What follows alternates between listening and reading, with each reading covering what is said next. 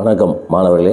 NEET 2025 இதில் என்ன update அப்படின்னு பார்த்தீங்கன்னா, இன்றைக்கி அதாவது செவ்வாய்க்கிழமை 10ஆம் தேதி காலையில் 11 மணிக்கு சென்னை உயர்நீதிமன்றத்தில் ஆவடி, குன்றத்தூர், அதேமாதிரி பத்மஸ்ரீ சாஸ்திரி இந்த 3 பள்ளிகளை சேர்ந்த அந்த நீட் தேர்வு கடந்த மே மாதம் 4ஆம் தேதி எழுதிய மாணவர்கள் அந்த மழையின் காரணமாக மின்தடை ஏற்பட்டு அதனால் எங்களுக்கு சரியாக தேர்வு எழுத முடியல, அதனால் எங்களுக்கு ரீநீட் நடத்தணும், மறு தேர்வு நடத்தணும் அப்படின்னு சொல்லி வழக்கு தொடுத்திருந்தாங்க.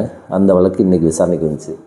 ஏற்கனவே ஒரு சிங்கிள் ஜட்ஜு பெஞ்ச், அதாவது குமரப்பா அவருடைய தலைமையில் கடந்த வாரம் இதே மாதிரி மாணவர்கள் தொடுத்தப்ப சென்னை உயர்நீதிமன்றத்தில் ரீநீட்லாம் நடத்த முடியாது அப்படின்னு சொல்லி தள்ளுபடி பண்ணியிருந்தாங்க. இதை எதிர்த்து 2 நீதிபதிகள் கொண்ட பெஞ்சுக்கு இந்த வழக்கு விசாரணைக்கு வந்துச்சு. இந்த பெஞ்சில் வழக்கு தொடுத்திருந்தாங்க. இந்த பாதிக்கப்பட்ட 16 மாணவர்கள், அது உங்களுக்கு தெரிஞ்சிருக்கும், கடந்த மே மாதம் இந்த திடீர்னு மழை பெஞ்சதுனால சாயங்காலம் ஒரு 3 to 4 அந்த திடீர் மழைனால இந்த பள்ளியெல்லாம் ஜென்ரேட்டர் வசதி இல்லாதனாலையும் திடீர் மழையின் காரணமாகவும் அந்த மாணவர்கள் சரியாக தேர்வில் கான்சன்ட்ரேட் பண்ண முடியலை அப்படிங்கிற மாதிரி மாணவர்கள் இங்கேருந்து அங்கேயும் மாற்றி மாற்றி உட்கார வைக்கப்பட்டாங்க. அதனால் எங்களுக்கு ரிலீஃப் வேணும், நிவாரணம் வேணும், ஈக்குவல் ஆப்பர்ச்சுனிட்டி கொடுக்கல அப்படின்னு சொல்லி போன 2 வாரத்துக்கு முன்னாடியே அவர்கள் வழக்கு தொடுத்திருந்தாங்க. இது வழக்கு விசாரணைக்கெலாம் வந்துச்சு. அப்போது என்டிஏ சார்பாக ஆஜரான சொலிசிட்டர் ஜெனரல் என்ன சொல்லியிருந்தார் அப்படின்னா, வெறும் 16 மாணவர்களுக்காகலாம் திருப்பி ரீநீட்லாம் நடத்த முடியாது, அதுபோக இவங்களுடைய பெர்ஃபார்மன்ஸ் மற்ற மாணவர்களுக்கு மாதிரி சரியாக தான் இருக்குது, அதனால் அந்தளவுக்கு இந்த மழை இடையூறுனால மின்தடையினால் பெரிய அளவில் பாதிப்பு இல்லை அப்படின்னு சொல்லி கொடுத்ததுனால அந்த வழக்கை தள்ளுபடி பண்ணிட்டார் குமரப்பங்கிற ஒரு நீதிபதி. இதை எதிர்த்து இப்போ 2 நீதிபதி முன்பு இந்த வழக்கு வந்துச்சு. இந்த வழக்கு விசாரணை செய்த நீதிபதிகள் என்ன சொன்னாங்க அப்படின்னா, பாதிக்கப்பட்டவர் 16 பேர்னாலும் சரி, ஒரு பேராக இருந்தாலும் சரி, ஈக்குவல் ஆப்பர்ச்சுனிட்டி நீதி கொடுத்தாகணும். எழுதின 480 பேர்னாலும் சரி, ஒருத்தர் பாதிக்கப்பட்டாலும் சரி, அவங்களுக்கு ரிலீஃப் கொடுத்தாகணும் அப்படின்னு சொல்லி என்டிஏ சொலிசிட்டர் ஜெனரலுடைய கருத்துக்களை ஏற்றுக்கல. ஆனால் அதே சமயத்தில் நீதிபதி என்ன சொன்னார் அப்படின்னு பார்த்தீங்கன்னா, நீங்கள் மீதி உள்ள 21 லட்சம் அந்த எழுதிய மாணவர்களுடைய அந்த ரிசல்ட்டை டிக்ளேர் பண்ணிக்கோங்க, நாங்கள் சிங்கிள் ஜட்ஜு உள்ள அந்த பெஞ்சு அந்த தீர்ப்பு வழங்கிய தீர்ப்பில் நாங்கள் தலையிட விரும்பவில்லை. நீங்கள் அந்த ஜட்ஜ் என்ன சொன்னார்னா, நீங்கள் ரிசல்ட்டை டிக்ளேர் பண்ணலாம் அப்படின்னு சொல்லி சொன்னாங்கல்ல, அதே மாதிரி அதே தீர்ப்பை நாங்களும் ஃபாலோ பண்ணுறோம்.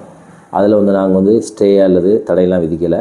நீங்கள் இதை ரிலீஸ் பண்ணிக்கோங்க, ஃபைனல் ரிசல்ட்டை நீங்கள் என்டிஏ நீட் ரிசல்ட்டை வெளியிடலாம்.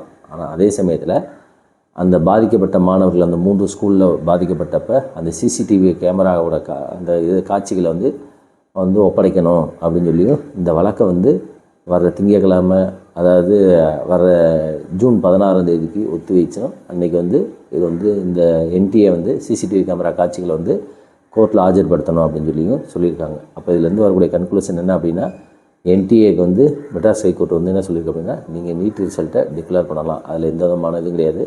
ஆனால் இந்த பாதிக்கப்பட்ட மாணவர்களுக்கு என்ன அப்படிங்கிறத சிசிடிவி ஃபுட்டேஜ் பார்த்துட்டு அதுக்கப்புறம் அந்த 2 பேர் கொண்ட அந்த ஜட்ஜு, அந்த நீதிபதிகள் அமையல் கொண்ட அந்த பெஞ்ச் என்ன சொல்ல போகிறது அப்படிங்கிறத பொறுத்து தான் பார்க்கணும். இந்த நேற்றுக்கு தான் பார்த்தோம், மத்திய பிரதேஷ் ஹைகோர்ட் இதே மாதிரி தான் அங்கே 16 பேர் 75 பேர் அங்கே மத்திய பிரதேஷ் ஹைகோர்ட்டில் அந்த 75 பேர்த்தை தவிர மீதி உள்ளவங்களாம் ரிசல்ட்டு வெளியிடலாம் அப்படின்னு சொல்லியிருக்காங்க. ஸோ அதனால் என்டிஏக்கு ஒரு மிகப்பெரிய சிக்கலாகவும் சவாலாகவும் இருக்குது. போப்போ என்னங்கிறத பார்ப்போம். இவங்க இப்போ உடனே என்டிஏ ரிசல்ட்டை டிக்ளேர் பண்ணதா, அல்லது அதாவது மெட்ராஸ் ஹைகோர்ட்டுமே சரி, மத்திய பிரதேஷ் ஹைகோர்ட்டுமே சரி, திங்கட்கிழமை தான் இந்த வழக்கை ஒத்தி வச்சுருக்காங்க. அதனால் அந்த ஜட்ஜ்மெண்ட்டை பார்த்துட்டு திருப்பி ரிசல்ட் போடலாமா அல்லது சுப்ரீம் கோர்ட்டில் அப்பீல் போகிறாங்களா அப்படிங்கிறத பொறுத்து இருந்து பார்க்கலாம். எது வேணுமாலும் எப்போ வேணுமாலும் நடக்கலாம். வேறு எதுவும் நீட் தொடர்பான அப்டேட் இருந்துச்சுன்னா உடனே நான் உங்களுக்கு அப்டேட் பண்ணுறேன். தொடர்ந்து பேசுவோம். நன்றி, வணக்கம்.